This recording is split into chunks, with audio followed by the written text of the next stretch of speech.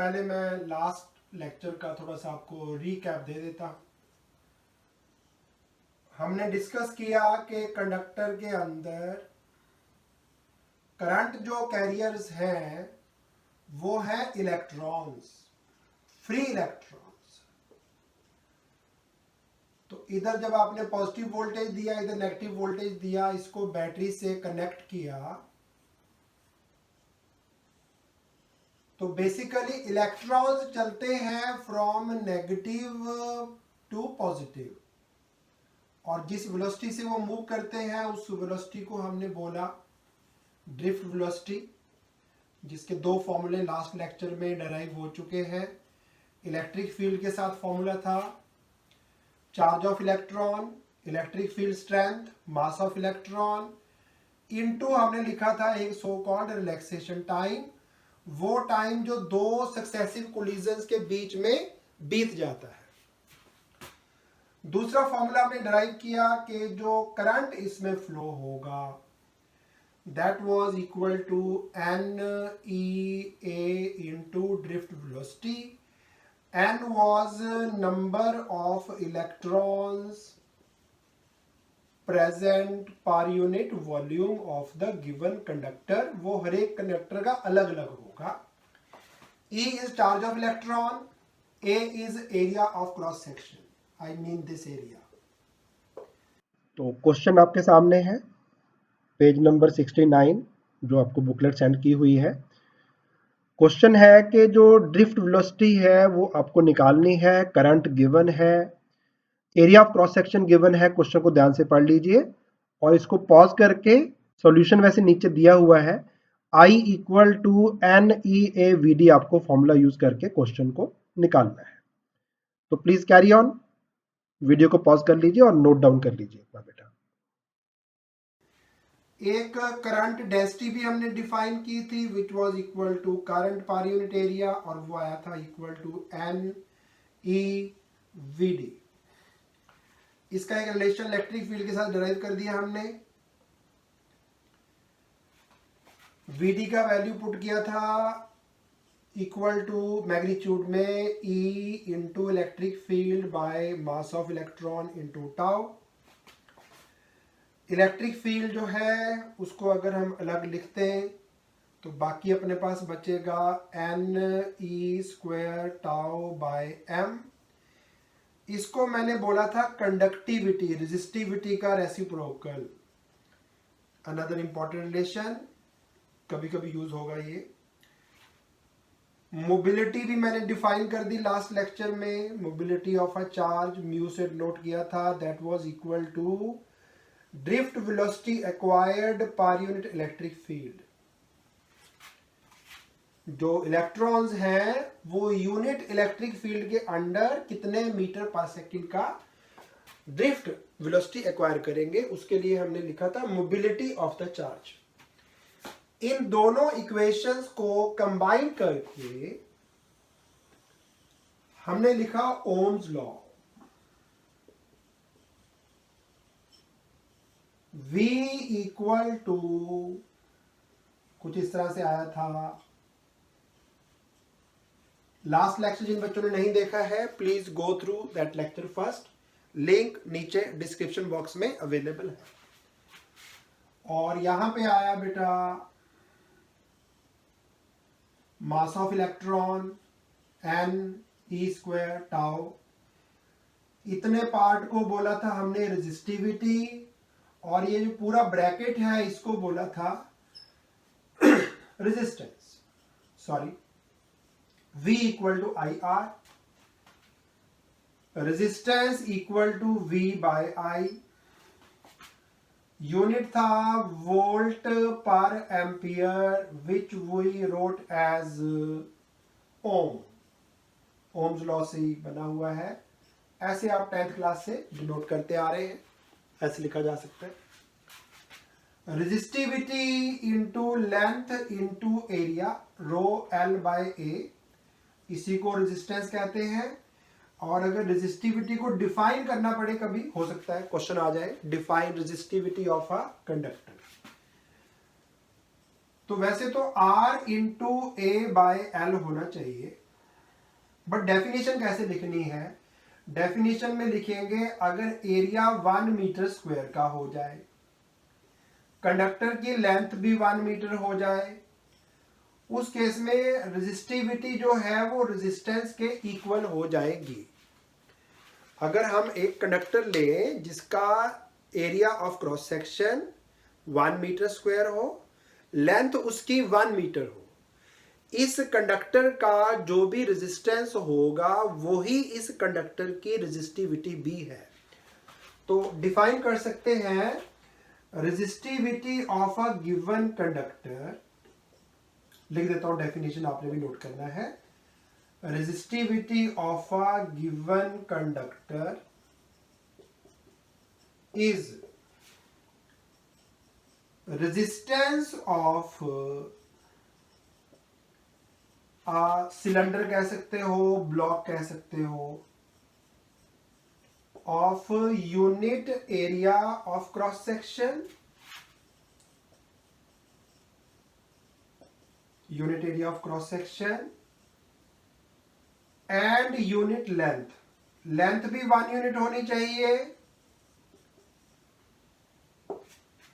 और area of cross section भी 1 metre square होना चाहिए। इधर 1 मीटर स्क्वायर और इधर को 1 मीटर, तो इसका जो भी रेजिस्टेंस होगा वही इस मटेरियल की, से ये कॉपर का बना हुआ है अगर, वही इस मटेरियल की रेजिस्टिविटी भी होगी। रेजिस्टिविटी का जो रेसिप्रोकल है यहां पे ऐड कर देता हूं, रेसिप्रोकल ऑफ रेजिस्टिविटी को बोलते हैं कंडक्टिविटी। इसका सिंबल था सिग्मा। अगर यूनिट पूछे रेजिस्टिविटी का क्या आएगा, देखो बेटा जरा, रेजिस्टेंस का यूनिट ओम, एरिया का यूनिट बहुत अच्छे मीटर स्क्वायर, और डिवाइड बाय लेंथ का यूनिट 1 मीटर कैंसिल हो जाएगा, तो रेजिस्टिविटी का unit is ohm metre. Exam में क्वेश्चन आ सकता है बेटा, define resistivity of a conductor and give its SI unit, इतना क्वेश्चन होगा, you can solve it, no problem, मुश्किल नहीं है। हाफ मार्क जो है हो सकता है डेफिनेशन का हो, हाफ मार्क इधर दे देंगे, या फिर 2 मार्क्स का हो सकता है, 1.5 मार्क्स जो है वो रेजिस्टिविटी के और आधा नंबर जो है यूनिट का, ऐसे हो सकता है। तो इसका मतलब है कंडक्टिविटी का यूनिट क्या हुआ, कंडक्टिविटी का यूनिट होना चाहिए पर ओम पर मीटर। पर ओम को कई बार ऐसे भी लिखा होता है, ओम इनवर्स। कुछ शरारती साइंटिस्ट ने, हमें भी पंगा लेने की आदत होती है ना, हम बोलते हैं कई बार कि आप मोहन के नाम को उल्टा बोलो तो क्या बनेगा, ऐसा पंगा लेने मजा आता है थोड़ा सा। बच्चे बोलते हैं ये बन गया नहमो, ऐसे उल्टा पढ़ने मजा आता है कि अगर ऐसा उल्टा होता तो क्या होता। इस तरह किसी ने पंगा लिया होगा इसका भी, तो किसी ने बोला कि इसको ओम इनवर्स लिखने की बजाय मो लिख दो पर मीटर, ऐसे लिखो। अच्छा तो नहीं है, खैर चलो, खैर जो भी है यूनिट अभी ये भी।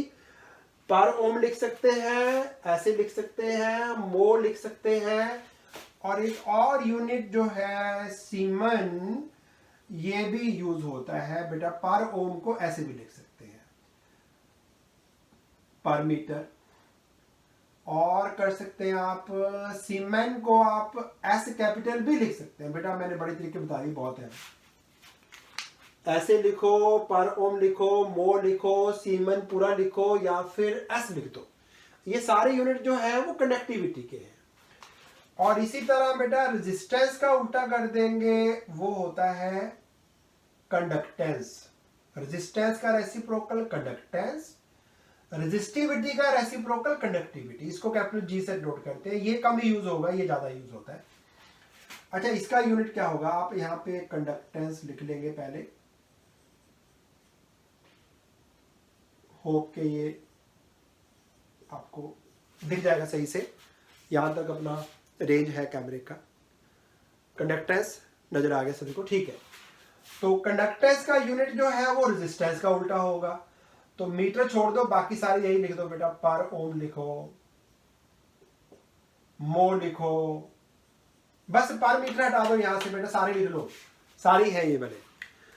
ओके, ये जो हमने अभी तक खत्म कर लिया था ये थोड़ा उसके बारे में है। आज हमने डिस्कस करना है कि अगर एक वायर को खींच के लंबा कर दें, स्ट्रेच कर दें उसको, तो रेजिस्टिविटी का क्या चेंज आएगा, रेजिस्टेंस में क्या चेंज आएगा, और ओम्स लॉ का जो है V वर्सेस I ग्राफ कैसा बनेगा। तो एक बार जरा मैं साइड में हो जाता हूं, एक बार पॉज करके सारा पहले इसको नोट डाउन और उसके बाद फिर नेक्स्ट पार्ट शुरू करता हूं मैं। तो कुछ पार्ट रब कर लेते हैं। ओके, सो एक हमने ग्राफ बनाना है बेटा V वर्सेस I, कि वो ग्राफ कैसा बनेगा। वैसे तो मैंने 11th में आपको ये बताया था कि जो इंडिपेंडेंट वेरिएबल है वो लिखना होता है एक्स एक्सिस पे, और जो उस पर डिपेंड करता है वो वाई एक्सिस पे लिखना होता है। बट क्या है अब इसमें इशू कि बेटा ना तो वोल्टेज जो है वो करंट पे डिपेंड करती है, ना करंट वोल्टेज पे डिपेंड करता है। ये दोनों सो कॉल्ड इंटरडिपेंडेंट है, एक दूसरे पे डिपेंड करते हैं।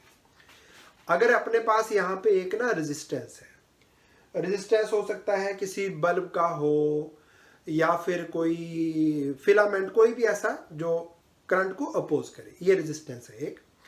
इसमें से अगर जो करंट पासिंग है उसको आप बढ़ा देंगे तो यहाँ पे वोल्ट्स बढ़ जाएंगे। यहाँ पे एक वोल्ट मीटर लगाएंगे, यहाँ पे याद होगा 10th क्लास में बताया गया था, volt meter is connected in parallel. तो यहाँ पे एक वोल्ट मीटर लगाएंगे, वोल्टेज बढ़ जाएगा बेटा। अब दूसरा चीज क्या है कि अगर हम इसको एक बैटरी से कनेक्ट करते हैं, ये टर्मिनल जस्ट सपोज बैटरी से जोड़ा, अगर मैंने 12 वोल्ट से जोड़ा तो थोड़ा करंट फ्लो करेगा, अगर मैंने इसको बेटा 24 वोल्ट पे अटैच कर दिया तो ज़्यादा करंट चलेगा, वोल्ट बढ़ा दिए तो करंट बढ़ जाएगा। दोनों तरह से ट्रू है, करंट को इंक्रीज करोगे तो वोल्ट इंक्रीज हो जाएंगे। अगर इसको कंडक्टर को ज़्यादा वोल्टेज के अक्रॉस कनेक्ट करते हो तो इसके अक्रॉस जो करंट है इसके थ्रू फिर वो इंक्रीज हो जाएगा। तो इसलिए हमें ग्राफ दो तरह का बनाना पड़ता है, V वर्सेस I भी हो सकता है, I वर्सेस V भी हो सकता है। चलो मैं करके दिखाता हूं अभी। अगर हमें ग्राफ बनाए between I along x axis, V along y axis, तो इसको आप सोचो लाइक y, ये बेटा y एक्सिस पे है ना, इसको y ले लो। करंट जो है वो x एक्सिस पे है। ऐसी इक्वेशन आपने देखी हुई है, कई बार देखी हुई है। It is equation of straight line, linear equation है। तो r क्या चीज हुआ, स्लोप। स्लोप निकालने का तरीका होता है tan थीटा, यू नो। और c इसमें है नहीं बेटा, देखो जरा ना, y इंटरसेप्ट। अगर c 0 हो जाए, y इंटरसेप्ट 0 हो जाए, जिन बच्चों को मेडिकल के स्टूडेंट्स अगर हैं, ग्राफ्स में प्रॉब्लम है, तो बेटा मैं ग्राफ्स का भी लिंक नीचे शेयर कर रहा हूं। नीचे एक लिंक है जिसमें ग्राफ्स कैसे बनने हैं, फिजिक्स में टोटल 4 ग्राफ है बस। वो टोटल 4 ग्राफ का एक लिंक दिया हुआ है नीचे, रफली 20 मिनट का वीडियो है, पहले वो देख लो अगर ग्राफ्स का नॉलेज नहीं है। अगर है, मैथ्स के स्टूडेंट है, तो आपने किया ही होगा ये सारा कुछ। तो y equal to mx plus c is equation of straight line. m stands for the slope, slope निकालने का तरीका होता है tan थीटा। तो ये ग्राफ एक स्ट्रेट लाइन आएगा, लेकिन c 0 होने के कारण y इंटरसेप्ट 0, मतलब ये ग्राफ ओरिजिन में से क्रॉस करेगा। और अगर रेजिस्टेंस निकालना है तो आपको tan थीटा लिखना है बेटा। इस एंगल का टेंजेंट ले लो, रेजिस्टेंस आ जाएगा। एमसीक्यू क्वेश्चन हो, मान लो आपको 2 ग्राफ दिए हुए हैं ऐसे, ये मटेरियल A है, ये मटेरियल B है, V वर्सेस I ग्राफ है। एक एंगल दिया है आपको 30, दूसरा एंगल दिया है 60। क्वेश्चन पूछा है कि A का रेजिस्टेंस रेशो B का रेजिस्टेंस क्या होगा।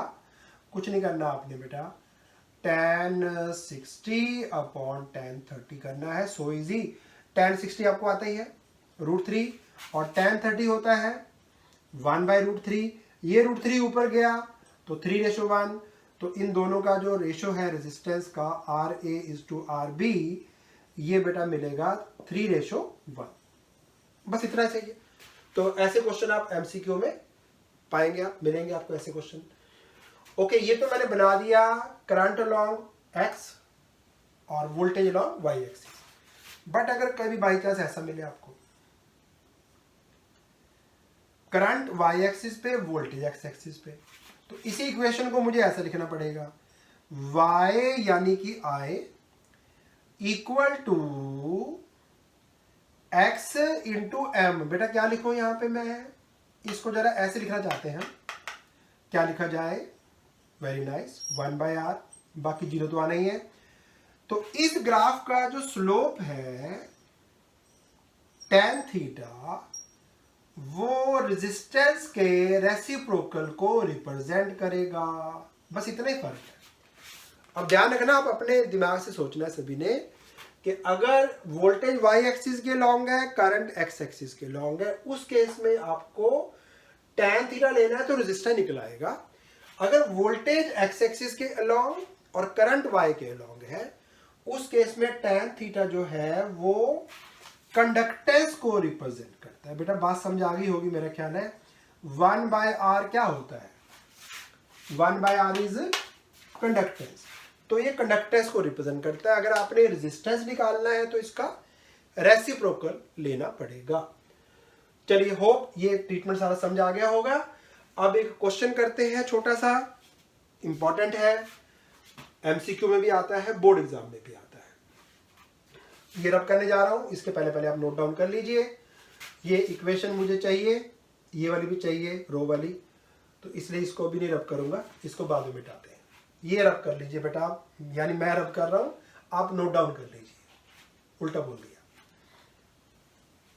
चलिए, अब क्वेश्चन ये है कि अगर हम एक वायर को खींच के एक्सटेंड करके उसको हम लेंथ उसका 3 टाइम्स करते हैं, मैं 3 से करके दिखा रहा हूं, बाद में हम रिलेशन को जनरलाइज कर लेंगे कि अगर n टाइम्स होगा तो क्या लिखना है। सो क्वेश्चन है कि अगर एक वायर जिसका रेजिस्टेंस है लेट अस से 30 ओम, उसको आपने खींच के 3 टाइम्स कर दिया लेंथ में, जैसे च्युइंग गम को बढ़ाते हो। बट आपको पता है जैसे च्युइंग गम बढ़ती है, लेंथ तो बढ़ती है, क्या उतनी मोटी रहती है? क्या उतनी ही मोटी रहती है? आंसर नहीं।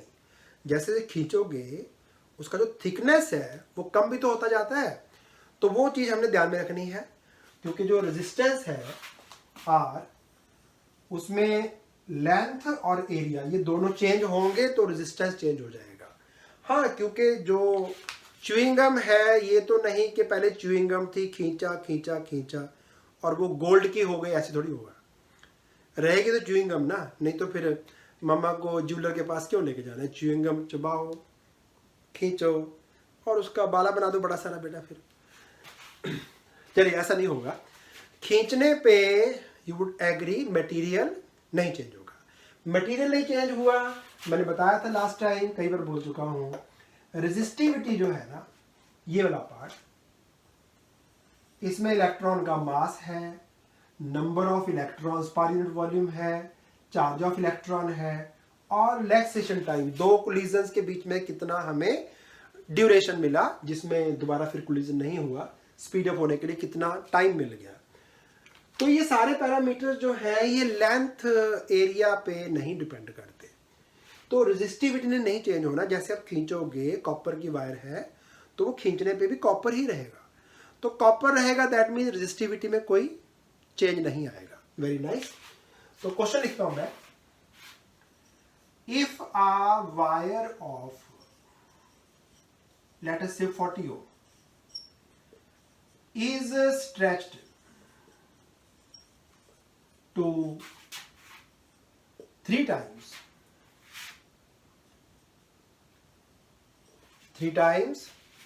the original length,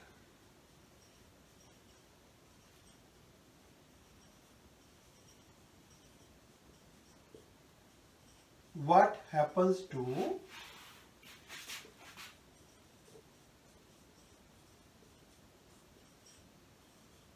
its resistance and resistivity.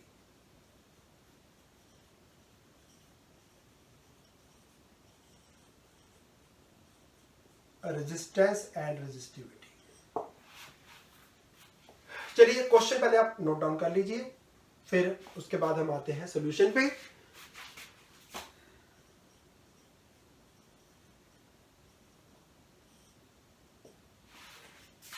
चलिए शुरू करते हैं फिर। तो ये थी अपनी ओरिजिनल वायर बेटा, जिसकी लेंथ थी L और एरिया ऑफ क्रॉस सेक्शन था A, और इसका रेजिस्टेंस था original rho into L by area. अब जब हम इसको खींच के 3 टाइम्स कर देंगे,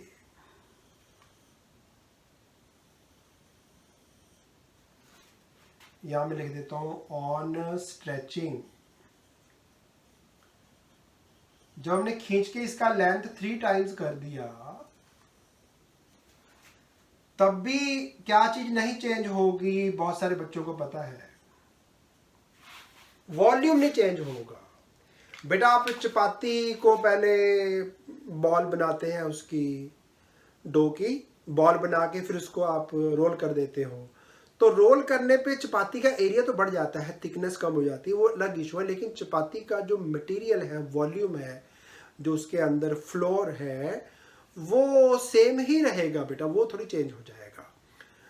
तो उसके अंदर जो क्वांटिटी ऑफ मटेरियल है वो नहीं चेंज होने वाला, उतने रहेगा। तो वॉल्यूम सेम रहेगा। वॉल्यूम होता है सिलेंडर का, क्या बेटा बोलेंगे, area of base into height. तो पुराना वॉल्यूम जो था और नया वॉल्यूम दोनों सेम आएंगे। ओके, सो रो नहीं आना, volume equal to area of base A into height L. और अब हाइट कितनी कर दी बेटा आपने, 3 टाइम्स। हाइट हो गई 3 टाइम्स, तो फिर एरिया को क्या होगा, जैसे मैंने बताया च्युइंगम वाले केस में लेंथ को बढ़ाते हो बढ़ाते हो बढ़ाते हो बढ़ाते हो, तो उसका जो एरिया ऑफ क्रॉस सेक्शन है वो कम होता जाएगा। लेंथ से लेंथ कैंसल, दैट मीन्स नया एरिया ए डैश क्या लिखोगे, ए बाय 3। बहुत अच्छे। तो फिर नए रेजिस्टेंस को क्या लिखोगे, R dash equal to, rho same रहेगा, rho will remain same. Reason आप लिख देंगे अपने आप। रो सेम क्यों रहेगा, क्योंकि मटेरियल नहीं चेंज हुआ। फॉर अ गिवन मटेरियल जो रेजिस्टिविटी है that is only dependent upon the material and is independent of dimensions of the material। तो रो नहीं चेंज होगा, रो सेम रहेगा। तो नया रेजिस्टेंस रो सेम, एल का वैल्यू बेटा कितना हो गया, 3L, और ए का वैल्यू क्या हुआ, ए बाय 3। तो रो इंटू एल बाय ए, और ये बाय 3 ऊपर गया, तो 3 इंटू 3 क्या हो गया बेटा, 9। और ये पुराना रेजिस्टेंस है, चेक करो जरा। तो इसको मैं 9R लिख दूं बेटा, सही है। R का वैल्यू कितना दिया था क्वेश्चन में, 40। तो यहां 40 पुट करो, 9 इंटू 40 कितना हो गया बेटा, 360 ओम। मुश्किल नहीं होना चाहिए, समझ आ जाना चाहिए आराम से।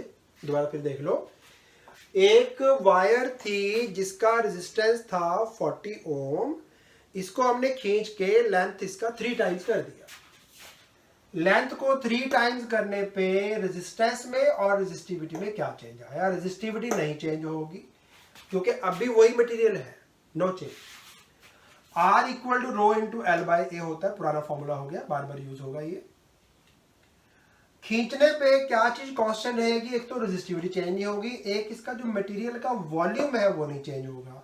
सिलेंडर का वॉल्यूम होता है area of base into height of cylinder. तो दोनों को बेटा मल्टीप्लाई करके पुराने वाला a इंटू एल, नए वाला a इंटू एल, सेम आने चाहिए, एल एल कैंसिल, यहाँ से निकल आया नया एरिया क्या होगा, और नया एरिया आ गया, दैट मीन्स आप नया रेजिस्टेंस निकाल सकते हो, रो रखना है सेम, एल का वैल्यू करना है 3L और एरिया की जगह पुट करना है a/3, ये बाय 3 ऊपर जाके 9 बन जाएगा। तो अब इन फ्यूचर भी याद रखना कि अगर हम लेंथ को खींच के 3 टाइम्स की जगह पे, आप ये पॉइंट नीचे नोट में ऐड कर देना, अगर एक वायर की लेंथ को हम खींच के n टाइम्स कर देंगे, 3 टाइम्स किया तो आंसर 9 टाइम्स आ गया बेटा रेजिस्टेंस का, अगर n टाइम्स करेंगे तो n स्क्वायर टाइम्स आएगा, डबल करेंगे 4 टाइम्स, 4 टाइम्स करेंगे 16 टाइम्स एंड सो ऑन। तो ये क्वेश्चन है AIPMT 2017 का, समझ गए होंगे आपने क्या करना है, इसमें डायरेक्टली आंसर आएगा। और ये अगला जो क्वेश्चन है ये भी सेम लाइंस पे चलेगा, कॉपर वायर को हमने खींच के 0.5% बढ़ा दिया, जो सिचुएशन है वही है पहले वाली। अगर कॉपर वायर को खींच के 0.5% बढ़ाया तो बेटा वॉल्यूम तो उसका फिर से कांस्टेंट रहेगा। तो नीचे चेक करिए, हमने V को लिखा constant, V equal to A into L होता है। तो हमने क्या किया, V को कांस्टेंट लेके जो एरिया है उसको भी हमने V बाय एल लिख दिया, और डिनोमिनेटर में पुट करो एरिया की जगह पे V बाय एल, तो आपके पास आ जाएगा L का स्क्वायर। तो जो कुछ आपने L को किया, 0.5% बढ़ाया, 10+1 में हमने एरर्स वाला मेथड किया था कि जब दो चीजों का प्रोडक्ट हो या पावर में आए कोई नंबर, तो वो पावर जो है वो आगे शिफ्ट हो जाती है। तो L का है स्क्वायर, स्क्वायर का जो पावर 2 है वो आगे शिफ्ट हो गया, delta L by L into 100 के साथ हमने 2 से और मल्टीप्लाई करना है। तो लेंथ में अगर परसेंट एरर है 0.5%, तो डबल एरर जो है 0.5 का डबल कर दीजिए, उतना एरर हमें मिलेगा रेजिस्टेंस में। तो सेम क्वेश्चन है दोनों, अभी पिछला जो है वो डायरेक्ट फॉर्मूला था n स्क्वायर टाइम्स, इसमें आपको एरर्स वाला मेथड भी यूज करना है। तो ये तो क्वेश्चन मैंने आपको करा दिया कि n टाइम करने से रेजिस्टेंस n स्क्वायर टाइम्स हो जाता है। आप इससे उल्टा करेंगे, आपके लिए होमवर्क है, पहले नोट डाउन कर लो बेटा, मुझे फिर रख करना पड़ेगा। ये होमवर्क आपका ये है, वो सॉल्व करके आप मुझे व्हाट्सएप पे सॉल्यूशन भेजेंगे। आपका क्वेश्चन अब ये है कि अगर एक वायर को हम ट्विस्ट कर लें, रेजिस्टेंस 40 ओम था, स्टैटिक की जगह पे वायर इज ट्विस्टेड,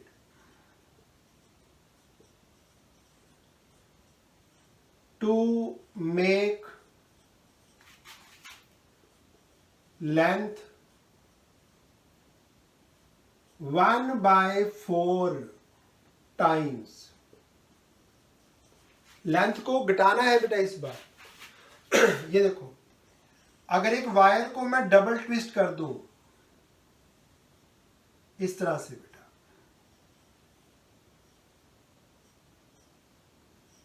समझ गए होंगे क्या बन रहा है, कुछ ऐसे दिखाना पड़ेगा,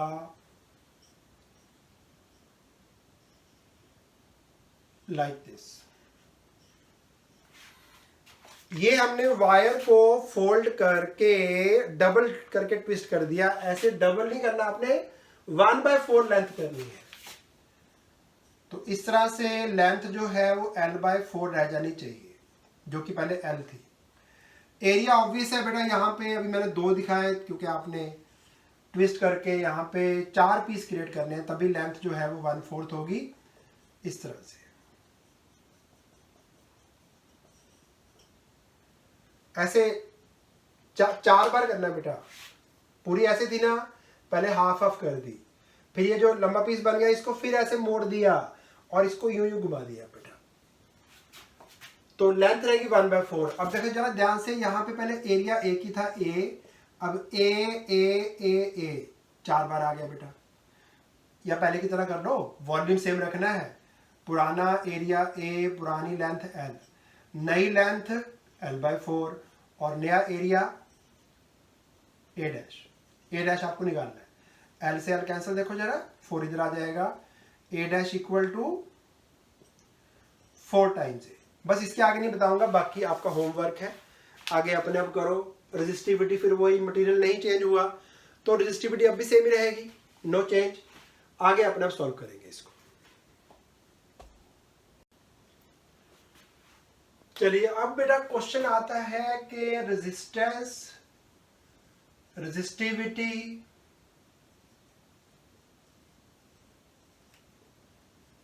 टेम्परेचर चेंज होने से कैसे चेंज होते हैं।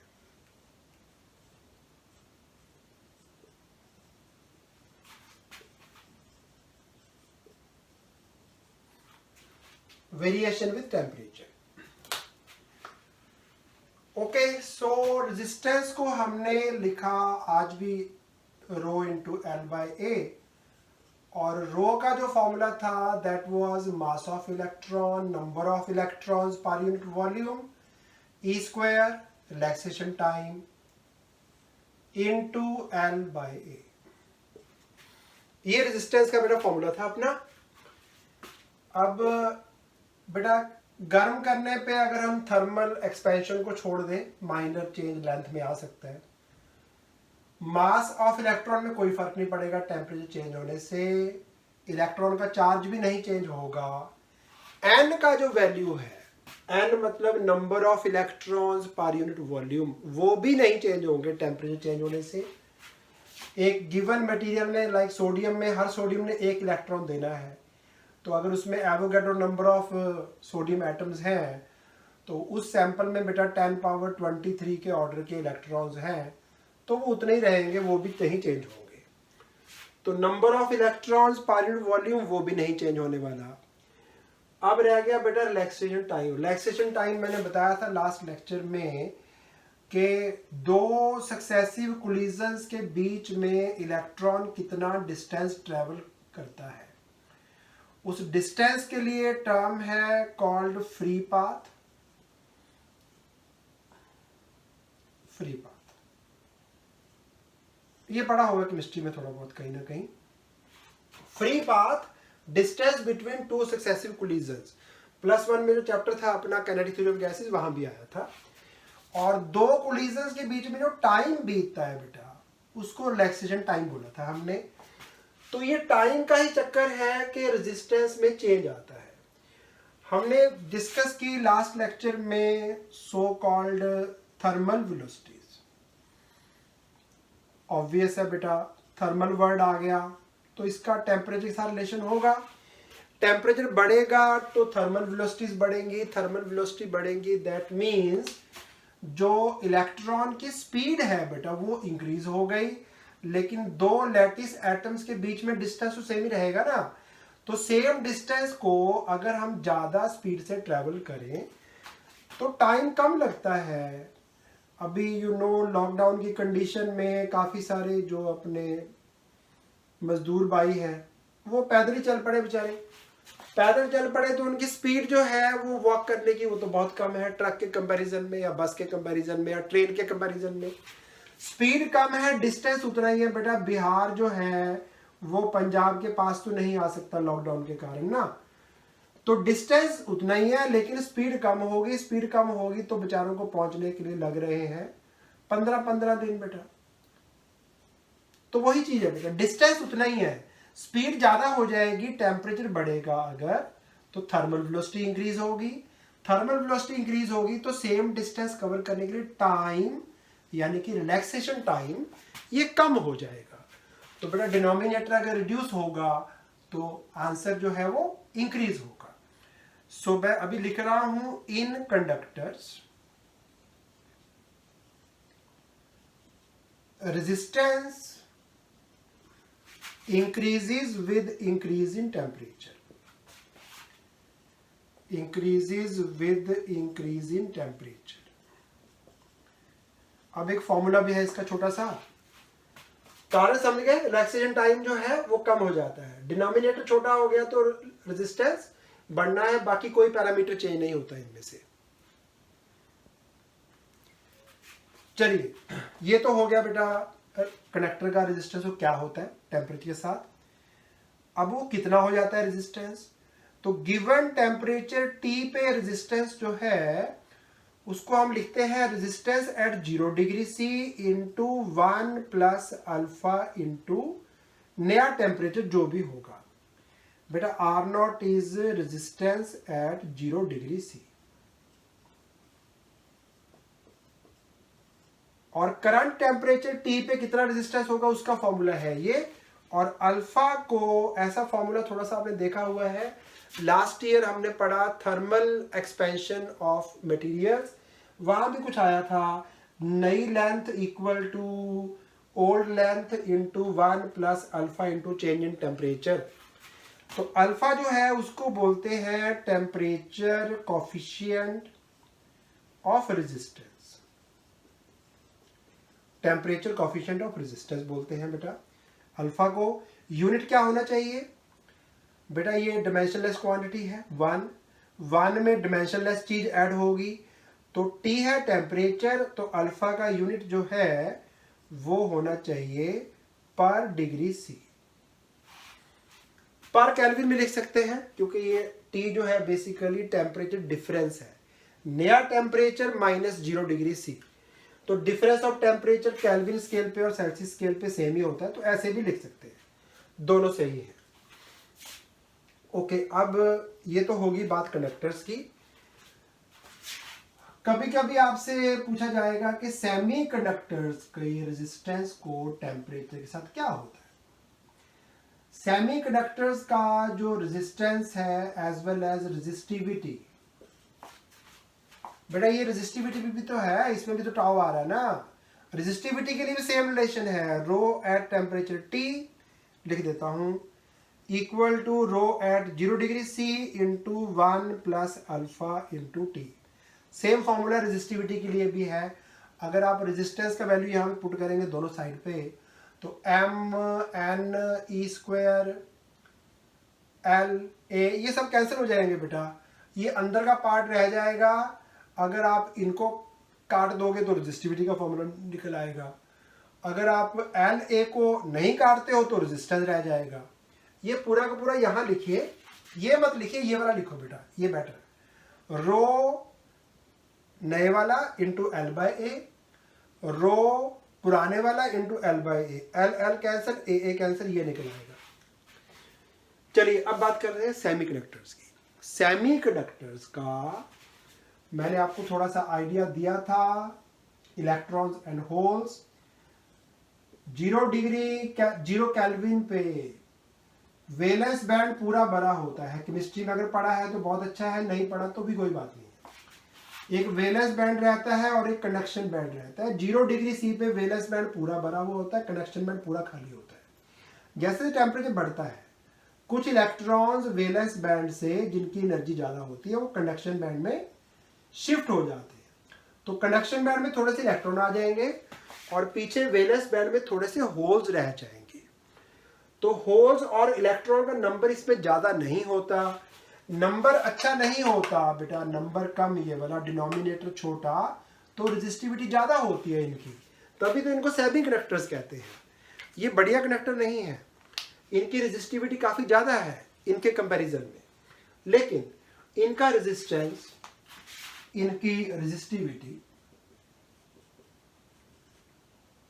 ये डिक्रीज होती है विद इंक्रीज इन टेम्परेचर।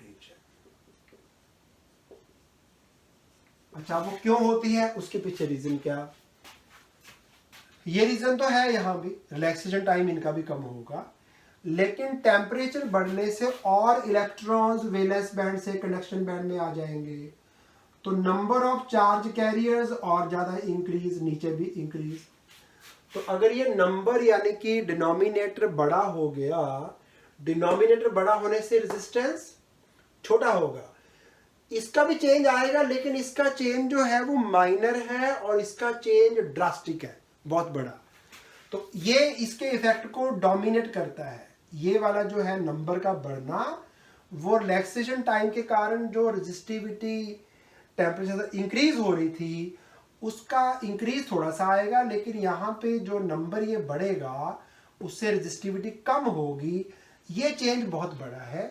तो यहाँ पे एक फॉर्मूला है, बाद में पढ़ेंगे, लेकिन अभी दूर है ये। resistivity of a semiconductor at any temperature T is equal to resistivity at 0 degree C।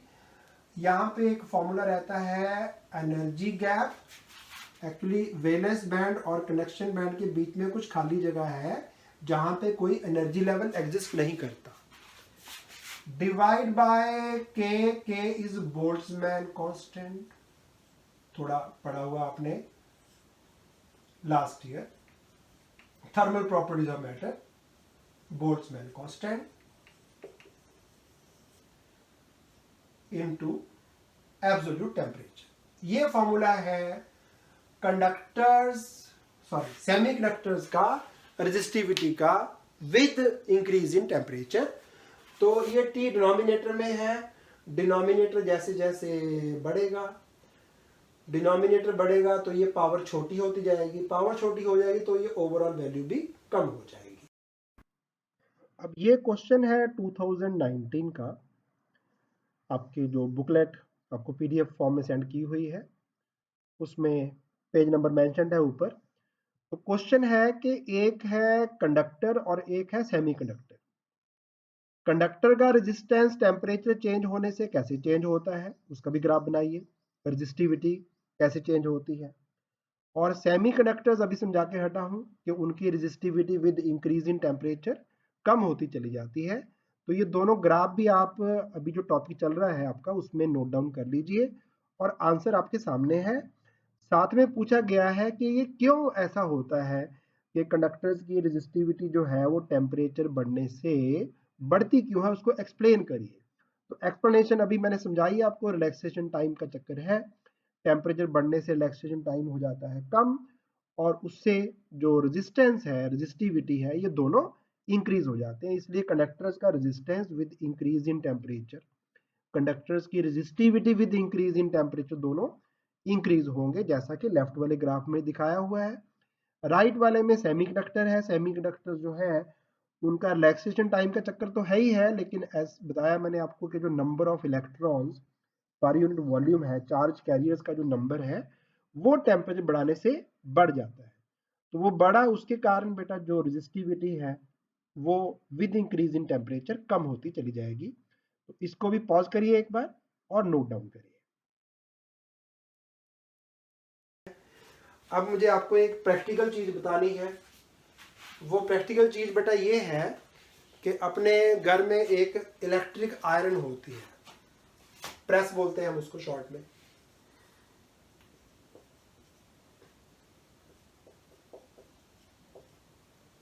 तो उसमें एक फिलामेंट डालना पड़ता है। वो फिलामेंट जो है वो किस मटेरियल का होना चाहिए? क्वेश्चन आता है दिमाग में कि कॉपर का चलेगा कि नहीं चलेगा। चलिए, तो ऐसा है कि हमें फिलामेंट में से लेनी है heat, we need a high resistance. तो resistance is equal to rho into L by A. अब या तो कॉपर की वायर लो जिसकी रेजिस्टिविटी है कम, रेजिस्टिविटी कम है तो एक बड़ा रेजिस्टेंस बनाने के लिए आपको कॉपर का बहुत लंबा लेंथ चाहिए। ये तो मैं छोटा दिखा रहा हूं बेटा, आपको जाना पड़ेगा यहां से चंडीगढ़ से दिल्ली तक, इतनी लंबी तार चाहिए बेटा एक अच्छा रेजिस्टेंस तैयार करने के लिए। दूसरा एक और तरीका है, आप रेजिस्टिविटी बड़ी कर लो बेटा, रेजिस्टिविटी बढ़ा लोगे तो छोटी लेंथ में भी काम चल जाएगा, फिर छोटा पीस भी सफिशिएंट है, उसका भी रेजिस्टेंस अच्छा होगा, नो डाउट वो भी चलेगा। तो हमने क्या करना है, हमें प्रेस में या जहां भी आपको हीटर चाहिए, वो एक गीजर होता है पानी गर्म करने के लिए, टोस्टर होता है, उन सब में एक फिलामेंट लगना है जिसने हीट करना है उसको, टोस्टर को, इलेक्ट्रिक आयरन को, गीजर को। तो वहां पे हम चाहेंगे कि एक हाई रेजिस्टिविटी वाला मटेरियल यूज हो ताकि हम छोटी लेंथ में काम चला लें, छोटी लेंथ में एक बड़ा अच्छा सा रेजिस्टेंस बन जाए। तो हाई रेजिस्टिविटी जो है उसके लिए हमें यूज करने पड़ते हैं अलॉयज। अलॉयज में मींस रेजिस्टिविटी ज्यादा क्यों होती है, उसके लिए बड़ा एक सिंपल सा तरीका है, जो कंडक्टर्स होते हैं, कंडक्टर्स के अंदर जो एटम्स का अरेंजमेंट है वो एक सो कॉल्ड क्रिस्टलाइन अरेंजमेंट होता है। तो क्रिस्टल में एटम जो है वो वेल अरेंज होते हैं। जैसे मान लीजिए कि एक खेत में ना ट्रीज लगाए, वो सारे एक ही लाइन में लगाए, एक लाइन यहाँ लगाई, एक लाइन इधर लगाई, ऐसे बहुत सारी लाइनों में हमने ट्रीज को प्लांट कर दिया। अब मान लो एक चोरी होगी और जो वो चोर थे उन्होंने भागना था, तो वो भागेंगे उन ट्रीज में से जो वेल अलाइंड है उनमें से, उनको भागना आसान रहेगा क्योंकि रास्ता इधर खुला खुला ही मिलेगा आपको सारा। उसी तरह से बेटा कंडक्टर्स में जो लैटिस आयंस हैं वो एक ऑर्डरली अरेंजमेंट में पड़े हैं, उसमें से इलेक्ट्रॉन्स को निकलना बड़ा आसान होता है। तो इलेक्ट्रॉन का फ्लो अगर आसान होगा, इजी मोशन होगा इलेक्ट्रॉन्स का, तो ज़्यादा करंट जाएगा। ज़्यादा करंट किस में से जाएगा? जिसकी रेजिस्टिविटी, जिसका रेजिस्टेंस कम होगा। बहुत अच्छे। उसी तरह जो कंडक्टर्स हैं उनमें atoms are well arranged, electrons का मोशन बहुत इजी, जैसे मैं वो जो वेल प्लांट ट्रीज प्लांट किए हुए हैं। लेकिन जंगल में ट्रीज जो है वो रैंडमली कहीं भी उगाता है बेटा, वहां पे उन थीव्स को भागना मुश्किल होगा। मुश्किल होगा मतलब उसी तरह जैसे अलॉयज हैं, अलॉयज में एटम्स का कोई वेल अरेंज सिस्टम नहीं होता, इधर उधर ऐसे ही पड़े होते हैं। आपने पढ़ा है केमिस्ट्री में अलॉयज। तो अलॉयज जो है they offer high resistivity as compared to metals. ये ध्यान रखना, बड़ा इंपॉर्टेंट पॉइंट है। तो कौन कौन से अलॉयज जो है हम यूज करते हैं? एक निकल और क्रोमियम को मिला के बनता है नाइक्रोम। निकल प्लस क्रोमियम को मिलाएंगे नाइक्रोम बनेगा। एक और अलॉय है बेटा, उसका नाम ही है कॉन्स्टेंटन। टिन वगैरह को भी मुझे पूरे एलिमेंट्स याद नहीं है कौन कौन से हैं। कॉन्स्टेंटन ये दूसरा नाम है। और एक तीसरा नाम है मैंगनीन। 3 नाम आपने याद करने बेटा। मैंगनीन मींस मैंगनीज और निकल को मिला के बनता है। तो ये 3 अलॉयज हैं। तो क्वेश्चन आता है कभी कभी कि हमारे जो रूटीन के हीटिंग डिवाइसेस हैं, आयरन हो गई, गीजर हो गया और टोस्टर हो गया, उन सब में हम नाइक्रोम यूज करते हैं। नाइक्रोम सस्ता पड़ता है, पहली बात। नंबर 2, इसका रेजिस्टेंस हमें मतलब नहीं है। रेजिस्टेंस, रेजिस्टिविटी, टेम्परेचर चेंज हो ना हो, हमें क्या लेना देना। हमने कौन सा उससे मेजरमेंट लेना है? हमारा टोस्ट बन के गर्म होके, ठीक है, वेल यानी उसके क्रिस्पी होके बाहर निकल आया, उससे काम खत्म हो गया। हमने क्या लेना, कितना रेजिस्टेंस कितना नहीं रेजिस्टेंस। तो मम्मा ने थोड़ी निकालना है कि इसका रेजिस्टेंस कितने ओम का है, या दुकान पे जाके मम्मा अड़ जाएंगी, मैं तो 500 ओम वाला लूँगी, मुझे 300 ओम पसंद नहीं है। तो वहाँ पे हमें देखना है कि इसका साइज़ कितना है, ब्रेड कितने आएंगे एक टाइम में, एंड सो। वो पैरामीटर्स होते हैं कि हम टोस्टर कौन सा परचेज करने जा रहे हैं। लेकिन ये नीचे वाले 2 हैं, कॉन्स्टेंटन एंड मैंगनीन, इनकी खासियत क्या है? इनका बेटा जो अल्फा का वैल्यू है, टेम्परेचर कोफिशिएंट ऑफ रेजिस्टेंस, ये बहुत छोटा होता है बेटा। टेम्परेचर कोफिशिएंट ऑफ रेजिस्टेंस बहुत छोटा, मतलब ये डिवाइसेस ऐसे हैं कि जब इनको हम गर्म करते हैं तो इनका रेजिस्टेंस बहुत ज़्यादा चेंज नहीं होता, थोड़ा बहुत चेंज होता है। तो इनको हम यूज करेंगे इन लेबोरेटरी। तो क्वेश्चन आता है कभी कभी, why do we use manganin in making standard resistances? Standard समझ गए बेटा? स्टैंडर्ड का मीनिंग जिसका वैल्यू एक फिक्स्ड है कि इतना ही रहता है। तो जब आप फिजिक्स लैब में जाओगे, इस साल प्रैक्टिकल जो करने हैं वो इलेक्ट्रिसिटी के हैं काफ़ी सारे, तो वहाँ पे आपको एक रेजिस्टेंस बॉक्स मिलेगा जिस पे लिखा होगा कि ये रेजिस्टेंस कितने ओम का है। तो अगर उस रेजिस्टेंस बॉक्स पे लिखा कि ये 50 ओम का है, तो चाहे गर्मी हो चाहे सर्दी हो, बेटा लैब में तो दोनों सीजन में जाओगे ना, गर्मी हो सर्दी हो, दोनों सीजन्स में उसका रेजिस्टेंस 50 ओम ही रहना चाहिए। तो राजस्थान में टेम्परेचर बेटा सर्दियों का कई बार 0 भी हो जाता है, किसी किसी जगह का -1 -2 भी हो जाता है। और अभी गर्मियाँ चल रही हैं, अभी 42 43 पहुंच चुका है, और जो जून का एंड है तब तक वो 50 डिग्री सी हो जाता है बेटा। तो 0 से लेके 50 डिग्री सी का टेम्परेचर जब बढ़ेगा तो फिजिक्स लैब में जो इंस्ट्रूमेंट पड़े हैं इलेक्ट्रिकल जिसपे 50 ओम लिखा हो 50 ओम ही रहना चाहिए, या चलो 50.03 ओम हो गया, चल जाएगा उतना, कोई बात नहीं है। बट ये ना हो कि गर्मियों में जो है वो 50 जो है वो 200 बन जाए बेटा, लिखा हुआ 50 अंदर 200 है, सारा एक्सपेरिमेंट गलत हो जाएगा। तो मैंगनीन क्यों यूज करते हैं, कॉन्स्टेंटन में यूज होता है, ये भी ठीक है कॉन्स्टेंटन भी, बट ये क्वेश्चन मोस्टली इस फॉर्म में आता है। Why do we use manganin in making standard resistances, तो आपने आंसर अपने आप लिख लेना। मैं since temperature coefficient of resistance of manganin is very small, इसलिए इसका जो रेजिस्टेंस है that doesn't change appreciably with increase और decrease in temperature, hence we use manganin in making standard resistances. Hope answer लिख पाएंगे, कोई मुश्किल नहीं होना चाहिए इसमें। अब एक लास्ट में हमने छोटा सा टॉपिक क्लोज करना है वहां पे जाके, वो टॉपिक है कि ओमिक डिवाइसेस और नॉन ओमिक डिवाइसेस ये क्या होते हैं। तो एक आध बार क्वेश्चन आया वैसे तो 1 नंबर का, और थ्योरेटिकल है, कोई मैथमेटिकल पार्ट उसमें नहीं है। तो ये आपको क्लियर हो गया होगा कि आयरन, आपका टोस्टर, गीजर, इन सब में जो है वो फिलामेंट किस चीज का होना चाहिए। अब मैं आपको एक छोटी सी चीज और दिखाता हूं, वो है कि जो अपना बल्ब है इलेक्ट्रिक लैंप, मैं अब आपको दिखाऊंगा क्योंकि जो दूसरे मिलने बंद हो गए हैं, अब जमाना जो है वो ट्यूबलाइट और एलईडी का है। मैं आपको दिखाऊंगा जो स्कूटर में लगता है अभी भी इंडिकेटर में, ये थोड़ा पास लाके दिखाता हूँ। इसमें आपको एक फिलामेंट नजर आ रहा होगा, यहाँ पे एक फिलामेंट नजर आ रहा है बेटा, फिलामेंट इसमें भी है।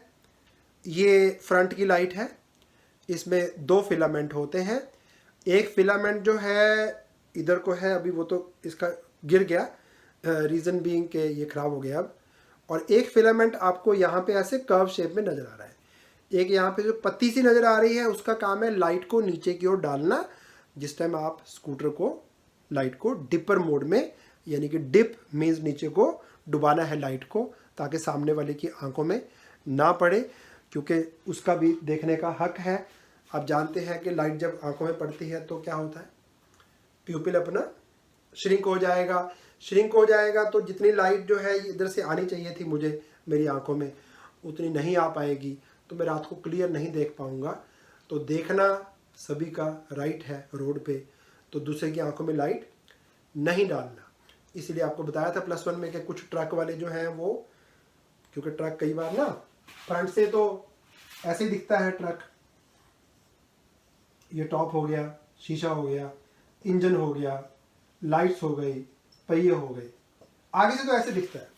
बट कई बार हमें पता नहीं कि ट्रक कई बार इतना बड़ा होता है कि वो पीछे से ज़्यादा ही सामान, एरिया ऑफ क्रॉस सेक्शन उनका पिछवाड़ा जो है काफ़ी बड़ा हो जाता है कई बार।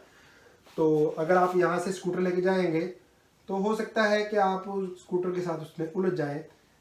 तो इसलिए ट्रक की लाइट जो है वो या तो डिपर मोड पे चलानी है, या फिर लाइट जो है वो ट्रक ड्राइवर जो है कई बार थोड़ा बंद कर देते हैं कि भाई लाइट ऑफ, आप अपनी लाइट मार के देखो मेरे पे और देखो मेरा पिछवाड़ा कितना बड़ा है, तो उसके हिसाब से आप एंट्री लेना, कहीं गलत पंगे मत फंस जाना।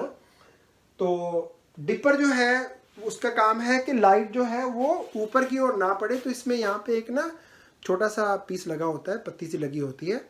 तो जब ये इस तरह से रहती है तो ये लाइट सारी ऊपर को पड़ती है, लेकिन ऊपर जो रिफ्लेक्टर है लाइट का, लाइट के पीछे एक रिफ्लेक्टर लगा होता है, वो लाइट को नीचे की ओर फेंकता है। चलिए, मैं बात कर रहा था कि यहाँ पे जो फिलामेंट है, दिख रहा होगा मेरे ख्याल, क्योंकि उतना अच्छा फोकस नहीं हो पा रहा। तो यहाँ पे जो फिलामेंट लगा हुआ है इसका बैटर नज़र आ जाएगा। इसके पीछे बैकग्राउंड अगर थोड़ी सी, अब शायद थोड़ा ठीक दिख जाए आपको, ये एक फिलामेंट नज़र आ रहा है बेटा, यहाँ पे देखो ऐसे, इसकी बात कर रहा हूँ बेटा मैं, दिख रहा है फिलामेंट है यहाँ पे एक। तो वो फिलामेंट किस मटेरियल का बना होना चाहिए, सुना होगा आपने, काफ़ी बच्चों को पता होगा। जिनको पता है वो चैट बॉक्स में इधर लिख सकते हैं। तो फिलामेंट बनता है टंगस्टन से।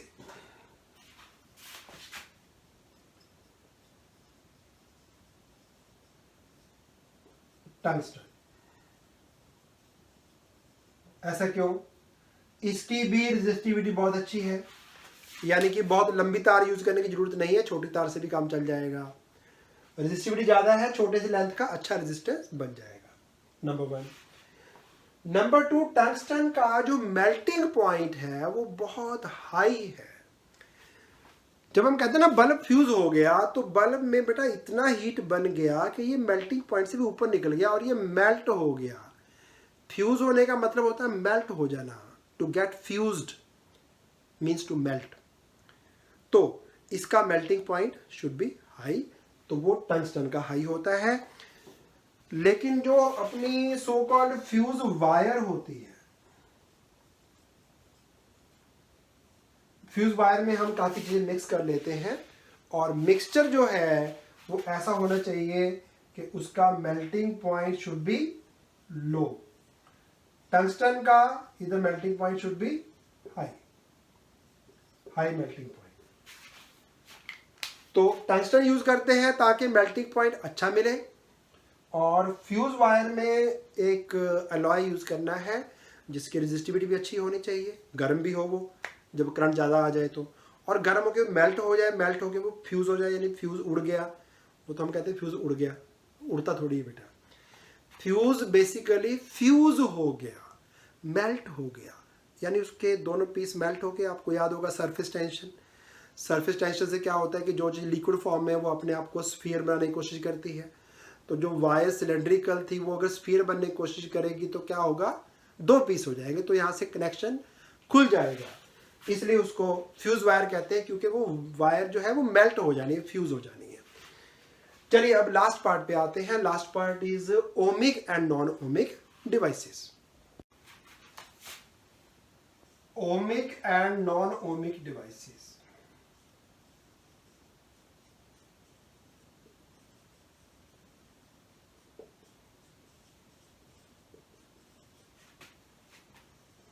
चलिए, तो अभी अभी हमने किया कि V वर्सेस I ग्राफ जो है वो स्ट्रेट लाइन आना चाहिए। अगर ग्राफ स्ट्रेट लाइन आ गया तो इस तरह के डिवाइसेस को बोलेंगे ओमिक डिवाइसेस, यानी कि जो ओम्स लॉ को ओबे करते हैं उनको ओमिक डिवाइसेस कहेंगे। जिनका V versus I graph is a straight line, उनको बोलेंगे ओमिक डिवाइसेस। बट अब कुछ डिवाइसेस अपने पास ऐसे हैं जिनका VI graph is not a straight line. Voltage versus current graph is not a straight line, उनको बोलना है हमने नॉन ओमिक डिवाइसेस। इसके टोटल 4 एग्जाम्पल याद रखने हैं। एक ही आया क्वेश्चन आज तक बोर्ड एग्जाम में, तो ज्यादा इंपॉर्टेंट टॉपिक नहीं है, इसलिए मैंने कोई स्टार नहीं लगाया है इसको। पहला एग्जाम्पल है अभी जो मैंने आपको दिखाया, फिलामेंट ऑफ अ बल्ब। आपने बस ग्राफ की शेप याद करनी है और कुछ नहीं करना। इसका जो VI ग्राफ है वैसे तो स्ट्रेट लाइन होता तो ऐसे आना चाहिए था, बट इसका ग्राफ थोड़ा सा यूं हो जाता है। रीजन बहुत सिंपल है, बट जैसे जैसे वोल्टेज बढ़ाओगे बल्ब गर्म होता जाएगा, गर्म होने से उसका रेजिस्टेंस फिलामेंट का बढ़ेगा, रेजिस्टेंस बढ़ेगा तो जितना करंट जाना चाहिए था उससे कम करंट जाएगा। More resistance, resistance means to oppose current, resistance बढ़ेगा तो करंट कम हो जाएगा। तो ये ग्राफ स्ट्रेट लाइन से थोड़ा सा नीचे की तरफ बेंड हो जाता है। आपने ग्राफ की शेप याद रखनी है बस, और कोई पंगा नहीं है इसमें। दूसरा डिवाइस है जिसको मैंने नंबर 1 डाल दिया, वेरी नाइस। नंबर 2, कभी कभी अपने आप को भी शाबाशी देनी होती है। Number 2, PN junction diode. बेटा अभी मैं करा रहा हूं, लेकिन इसके डिटेल्स जो है वो लास्ट चैप्टर में आएंगे, जिसका नाम है इलेक्ट्रॉनिक डिवाइसेस। तो तब डिस्कस करेंगे इसको हम पूरा। पी एन जंक्शन डायोड, आपने अभी शेप याद रखनी है, बाकी जब वो चैप्टर करेंगे फिर आप अपने आप बोल देंगे सर समझ आ गया सारा कुछ कि ये ग्राफ ऐसा क्यों आया। तो इसका ग्राफ का शेप तैयार करना आपने, बस शेप जो है इसका कुछ ऐसा है, इधर भी आता है। जो वोल्टेज हम रिवर्स कर देते हैं, यानी कि पॉजिटिव टर्मिनल को नेगेटिव के साथ जोड़ दें, नेगेटिव को पॉजिटिव जोड़ दें, रिवर्स कर देते हैं जब, तो इसको रिवर्स वोल्टेज कहते हैं बेटा। और इधर को जो करंट आया इसको बोलना है रिवर्स करंट। बाकी इसकी टेंशन लेनी है अभी आपने कि ये ऐसा क्यों है, वो क्यों है वो लास्ट चैप्टर में जाके आएगा। लेकिन ये स्ट्रेट लाइन नहीं है, ये ऐसा नहीं है कि इस तरह का ग्राफ आता, इस तरह का आता तो होता ये ओमिक डिवाइस, पर अब इस तरह का नहीं आया, स्ट्रेट लाइन नहीं आया, इसलिए बोल रहे हैं इसको non ohmic device. Third is thyristor, ये भी एक सेमी कंडक्टिंग डिवाइस है जिसमें P type N type P type N type material को जोड़ के बनता है। इसका ग्राफ जो है V वर्सेस I, इधर तो ये इसी तरह का होता है, लेकिन इधर इसका शेप जो है आपने S याद करना है बेटा। क्या याद करना है? S की शेप में होता है बेटा। और यही क्वेश्चन आया था बेटा बोर्ड एग्जाम में। मैं जो फाइल है आपकी वो अटैच कर दी है गूगल क्लासरूम में, तो उसमें क्वेश्चन की अभी इस वीडियो में फोटो डाल देता हूँ कि वो क्वेश्चन कौन सा है जो इस पर बेस्ड आया। इसमें जो इतना पार्ट है A to B, उसका आंसर आप अपने आप देखना, जो बोर्ड एग्जाम में क्वेश्चन आया हुआ है उसकी फोटो अभी आने वाली है इसी वीडियो में। A to B जो है, इतने पार्ट में जो ग्राफ का स्लोप है ना, वो बेटा नीचे को आ रहा ग्राफ, जो ग्राफ ऊपर को चढ़ते हैं उनका स्लोप पॉजिटिव, जो नीचे को आते हैं उनका स्लोप नेगेटिव। क्योंकि स्लोप से निकलता है रेजिस्टेंस, तो इस पार्ट में जो रेजिस्टेंस है उसका वैल्यू है नेगेटिव। कभी बाद में हायर स्टडी में जाओगे फिर इसका पूरा सिग्निफिकेंस मीनिंग पढ़ोगे, अभी ज़्यादा टेंशन लेने की जरूरत नहीं है। सिर्फ याद रखना कि A से लेके B तक ग्राफ ना नीचे को आ रहा है बेटा, ऐसे नहीं है, इस तरह से नहीं है, इस तरह का नहीं है, इस तरफ को आ रहा है। तो इस पार्ट में जो रेजिस्टेंस का वैल्यू है वो नेगेटिव रहता है। तो यही क्वेश्चन आया था बोर्ड एग्जाम में कि एक ग्राफ आपको दे दिया, वो ग्राफ कुछ इस तरह का है। मैं आपको फोटोग्राफ अभी वीडियो में ऐड करता हूँ, ज़्यादा अच्छा रहेगा। तो बताना है कि किस पार्ट में इसका रेजिस्टेंस नेगेटिव है। तो अब खोलिए पेज नंबर 57, 2013 का क्वेश्चन है। तो क्वेश्चन में आपको एक ग्राफ दिया है V वर्सेस I, वोल्टेज नीचे है, करंट ऊपर है।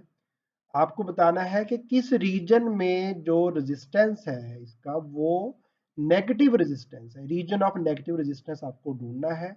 ग्राफ किसका है? वो सेमीकंडक्टर का है, बट दैट डजंट मैटर कि सेमीकंडक्टर क्या है। जिसका भी ग्राफ होगा जहां पे ग्राफ का स्लोप नेगेटिव होगा, आप देख रहे हैं बी से सी में जो ग्राफ है वो डाउनवर्ड्स आ रहा है, तो बी टू सी आपका आंसर है जहां पे रेजिस्टेंस का वैल्यू इस सेमीकंडक्टर का नेगेटिव एग्जिबिट होगा। तो एक बार क्वेश्चन आया अभी तक, ये बार बार तो नहीं आता, बट यू मस्ट नो कि जब आए तो कैसे सॉल्व करना है। तो जहां पे ग्राफ का स्लोप नेगेटिव वहां पे रेजिस्टेंस इज नेगेटिव। तो इसका आंसर एक बार पॉज करके नोट कर लीजिए। अब एक लास्ट पार्ट छोटा सा, नंबर 4, और यहाँ पे क्लोज करेंगे वीडियो को इसको। फोर्थ इज, नाम थोड़े मिलते जुलते हैं, ये थायरिस्टर है। अब मैं जो नाम लिखने जा रहा हूं वो थर्मिस्टर है। थर्मिस्टर मतलब थर्म, थर्म मतलब टेम्परेचर, वो रेजिस्टेंस जो टेम्परेचर चेंज होने से चेंज हो जाए। ऑब्वियस है, जैसे यहाँ पे टेम्परेचर चेंज होने से रेजिस्टेंस चेंज हो गया, बढ़ गया, तो ये करंट थोड़ा डाउन आ गया। ये दो तरह के होते हैं, वो एक जिनका अल्फा होता है पॉजिटिव और एक वो जिनका अल्फा होता है नेगेटिव। दो तरह के मटेरियल्स हैं ये। पॉजिटिव अल्फा हुआ, रेजिस्टेंस टेम्परेचर बढ़ने से बढ़ेगा, जैसे अभी लिखा मैंने फॉर्मूला पीछे, R at temperature T equal to R0 into 1 plus alpha into T। बेटा अगर T का वैल्यू इंक्रीज करेंगे तो रेजिस्टेंस इंक्रीज होगा, लेकिन अगर यहाँ पे माइनस अल्फा टी लिखा हो जैसे ये लिखा है तो टेम्परेचर बढ़ने से रेजिस्टेंस कम भी होता है। ये दो तरह के हैं, रेजिस्टेंस कम होगा तो यही ग्राफ थोड़ा सा इधर को आ जाएगा बेटा, लेकिन नटशेल में स्ट्रेट लाइन नहीं आएगा। ग्राफ स्ट्रेट लाइन हुआ तो ओमिक डिवाइस है, ग्राफ स्ट्रेट लाइन से इधर उधर हो गया कुछ किसी भी कारण से तो ये सारे जो है वो नॉन ओमिक डिवाइस हो जाएंगे। तो आपने 4 नाम याद रखने हैं, filament of a lamp, PN junction diode को हम डिटेल में करेंगे लास्ट चैप्टर में, ये आपको कहीं भी नहीं आना अभी। अगर आप हायर स्टडीज में रिसर्च वगैरह में जाएंगे इलेक्ट्रॉनिक्स में या आप करेंगे इलेक्ट्रॉनिक्स एंड कम्युनिकेशन की डिग्री तो इसको डिटेल में डिस्कस करेंगे। और थर्मिस्टर जो है ये 2 तरह के होते हैं। Thermistor means temperature dependent resistance, जिनका अल्फा पॉजिटिव उनका रेजिस्टेंस टेम्परेचर बढ़ने से बढ़ेगा, यहाँ पे प्लस का साइन आएगा। अगर अल्फा है नेगेटिव तो जितनी ये टर्म बड़ी होती जाएगी आंसर उतना छोटा होता जाएगा। तो रेजिस्टेंस कुछ का इंक्रीज होता है कुछ का डिक्रीज होता है। इंक्रीज होगा तो यही ग्राफ आएगा, डिक्रीज होगा तो ग्राफ इधर को मुड़ जाएगा बेटा। Okay, so that is all about today lecture. Next lecture में आपको कराऊंगा मैं रेजिस्टेंसेस के कॉम्बिनेशन सीरीज पैरेलल और उनको कैसे मैनेज करना है। So thank you for watching and note down, जैसे मैंने बोला आपको बार बार, देखिए सारा कुछ पढ़ लीजिए, इसके बाद इसको मत देखिए, फिर लिखना अपने आप शुरू करिए और टेस्ट सारे देने हैं जैसे लास्ट लेक्चर में आपने मेरे से प्रॉमिस किया है। Okay, see you in the next lecture.